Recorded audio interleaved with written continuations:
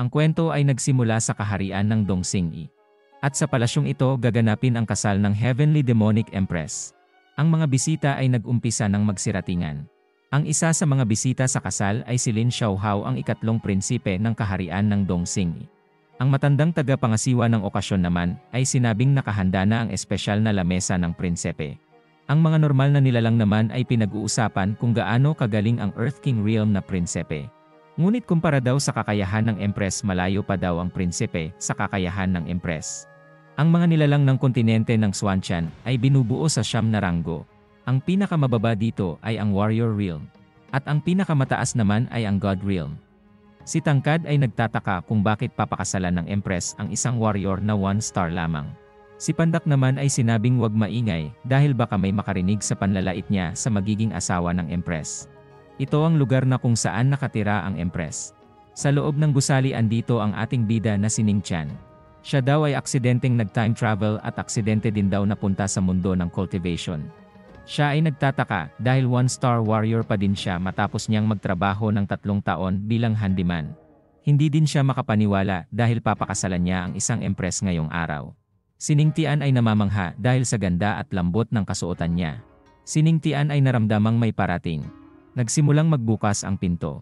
Ang papasok ng pintuan ay isang babaeng may malaking puso at may makinis na pagmumukha. Ang pumasok sa kwarto ay walang iba kundi ang Empress na may malaking puso. Nang mabuksan niya ng tuluyan ang pinto, sinabi niyang mabuti naman gising na si Ning Tian. Ang Empress ay nagngangalang Lu Wuking at ang ranggo niya ay nasa Immortal Emperor Realm. Sinabi ng Empress na ang gaganaping kasal nila ay isa lamang pekeng kasal. Ang balitang ito ay ikinagulat ni Ning Qian. Huwag daw mag-isip ng kabastusan si Ning Qian sa kanya dahil baka mapatay niya daw si Ning Tian. Sa isipan naman ni Ning Tian, sinasabi niyang isa talaga siyang talunan. Dahil ultimo kasal niya ay isang peke lang. Habang nakayuko siya ay biglang nagkaroon ng system at tinatawag itong The Shocking System. Nagagalit na ang Empress at tinanong kung naririnig ba ni Ning Qian ang kanyang sinasabi. Iniisip ni Ning Tian na dahil sa natanggap niyang system may pagkakataon na daw siyang mabago ang kapalaran niya. Kinakausap niya ang system sa isipan niya at tinanong kung paano siya gagamitin ni Ning Tian. Pinagpatuloy kausapin ni Ning Qian ang system at sinabing mag-replay naman daw pabalik ang system. Tinanong muli ng may malaking puso na Empress kung naririnig ba ni Ning Qian ang sinasabi niya. Ngunit biglang sumigaw si Ning Qian at sinabing manahimik ang Empress dahil busy siya. Ang kabastusan ni Ning Qian ay ikinagulat ng Empress. Kaya naman bigla itong naglabas ng napakalakas na aura at tinanong muli si Ning Qian kung anong sinabi niya. Sa isipan ni Ning Qian, nakalimutan niya daw na nasa harapan niya ang Empress. Iniisip niya ding siguradong patay na siya dahil sa ginawa niya. Siya ay nauutal at hihingi na sana ng tawad. Ngunit bigla siyang nakatanggap ng reward na aura suppression dahil nagawa niyang magulat ang Empress.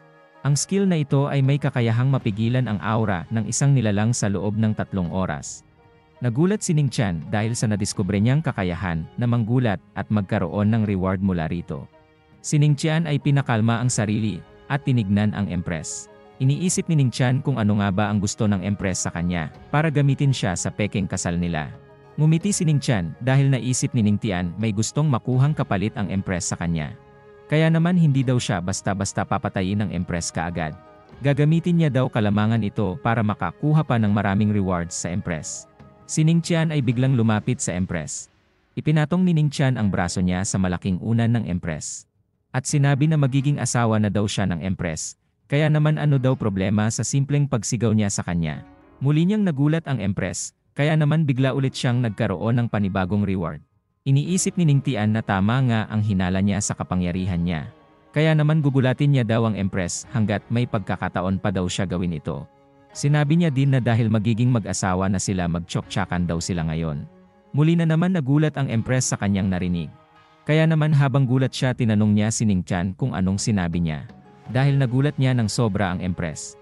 Siya ay nakatanggap ng maraming rewards. Siya ay nagkaroon ng kakayahang makapag-absorb ng spiritual energy. Ang pag-intindi niya sa martial arts ay naging 10 beses na ulit.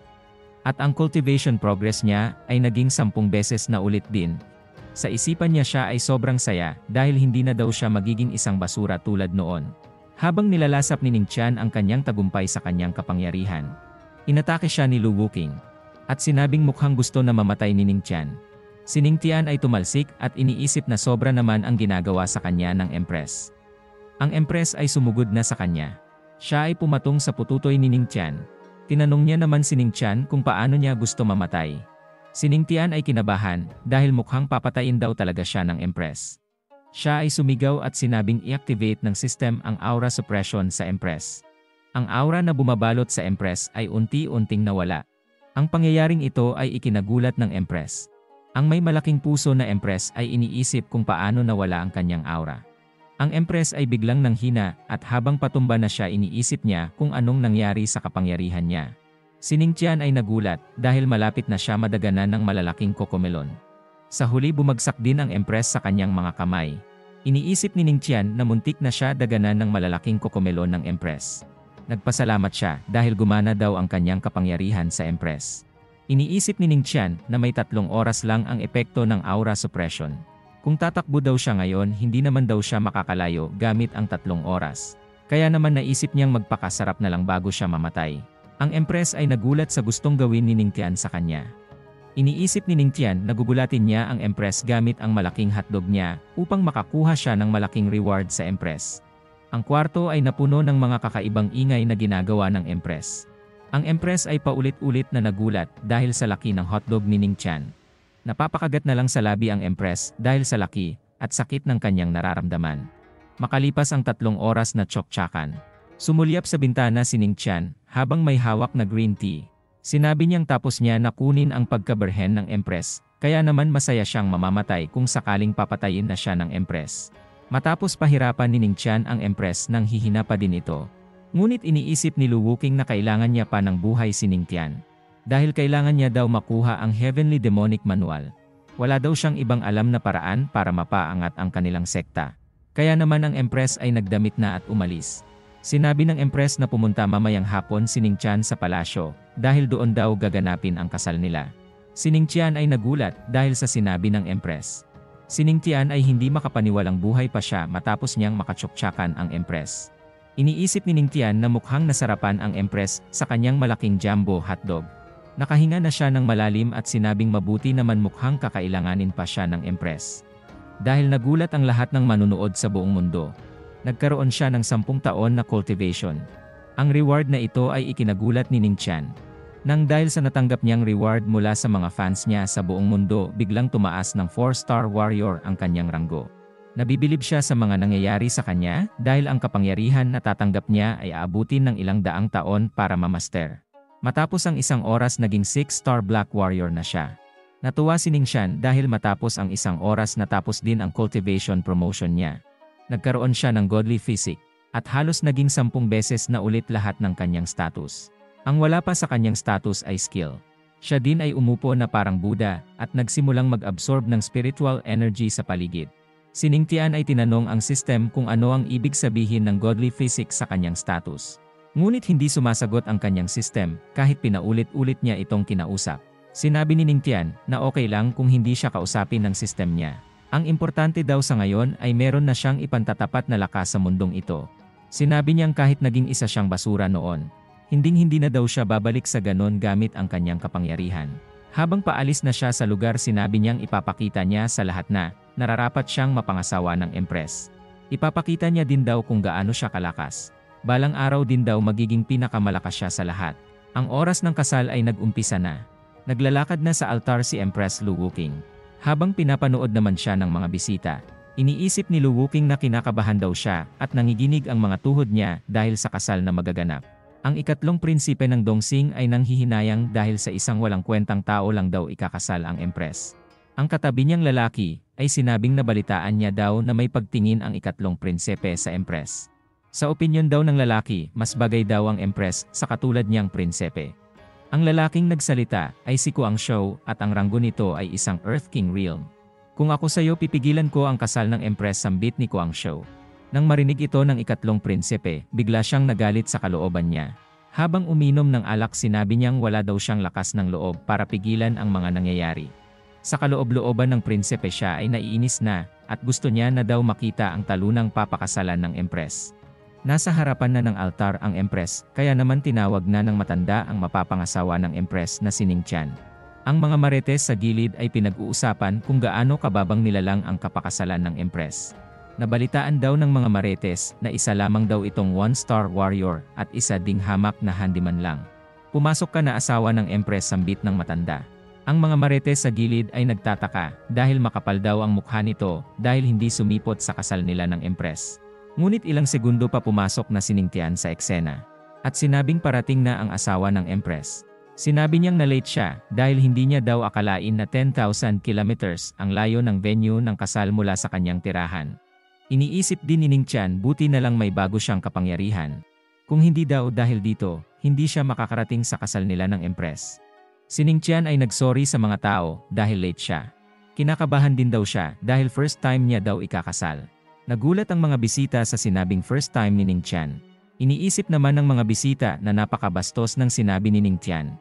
Bastos ka, pinaghintay mo ang Empress tapos kung ano-ano pa ang pinagsasabi mo, sambit ng prinsepe. Tinanong ni Ning Tian kung bakit nag-iingay ang prinsepe. Sinabi niya din na wag niya na i-delay ang kasal nila ng Empress dahil kapag dinelay pa daw sila ng prinsepe, madedelay din daw ang honeymoon nila ng Empress. Ang sagot ni Ning Tian sa prinsepe ay nagawang magulat ang mga bisita sa kasal. Kaya naman mula sa mga nagulat at sobrang nainis na mga bisita, nagkaroon na siya ng kauna-unahan niyang skill na Heavenly Demonic Palm. Natutuwa si Ning Tian dahil iniisip niyang isang treasure chamber ang kwartong ito dahil sa dami ng kanyang magugulat. Ang prinsepe ay nagtataka kung bakit si Ning Tian ang pinili ng Empress. Alam daw ng prinsepe na mas gwapo siya at mas malakas. Kaya naman nagtataka siya kung bakit nga ba si Ning Tian ang pinili ng Empress. Sa inis niya sinuntok niya ang lamesa. At sinabing hindi niya pwede ikumpara ang sarili niya sa isang hamak na handyman lang. Ang ikatlong prinsepe ay tumayo at pinahinto si Ning Tian. Gusto daw ng prinsepe na panatilihin ang dignidad ng Empress, kaya naman hinamon niya si Ning Tian sa isang duelo. Tinanong niya kung pumapayag ba si Ning Tian sa hamon niya. Ang lalaki ay nagulat sa biglaang paghamon ng prinsepe sa magiging asawa ng Empress. Sinabi pa ng lalaki na sure win na ang prinsepe kapag naglaban silang dalawa ni Ning Tian. Ang babae naman ay may naliit ang taste ng Empress dahil sa pagpili nito kay Ning Tian. Sinabi ng prinsepe na magpipigil siya sa laban nila para hindi mamatay si Ning Tian. Kung lalaki daw si Ning Tian, dapat daw itong pumayag sa hamon ng prinsepe. Ang Empress ay pinagmasdan lang ang pangyayari at walang sinabi. Ang lalaking ginawang lollipop ang baso ay excited na daw sa mangyayari sa laban. Iniisip ng prinsepe na sigurado na ang panalo niya kapag pumayag sa hamon niya ang walang kwenta daw na si Ning Tian. Ang mga bisita ay sinabing magiging magandang laban daw ang mangyayari. Ngunit sigurado na daw ang pagkapanalo ng prinsepe kapag pumayag si Ning Tian sa hamon. Sa hindi inaasahan ngumiti si Ning Tian at pumayag sa hamon ng prinsepe. Iniisip ni Ning Tian na gagamitin niya daw ang prinsepe para muling gulatin ang lahat ng mga tao sa loob ng silid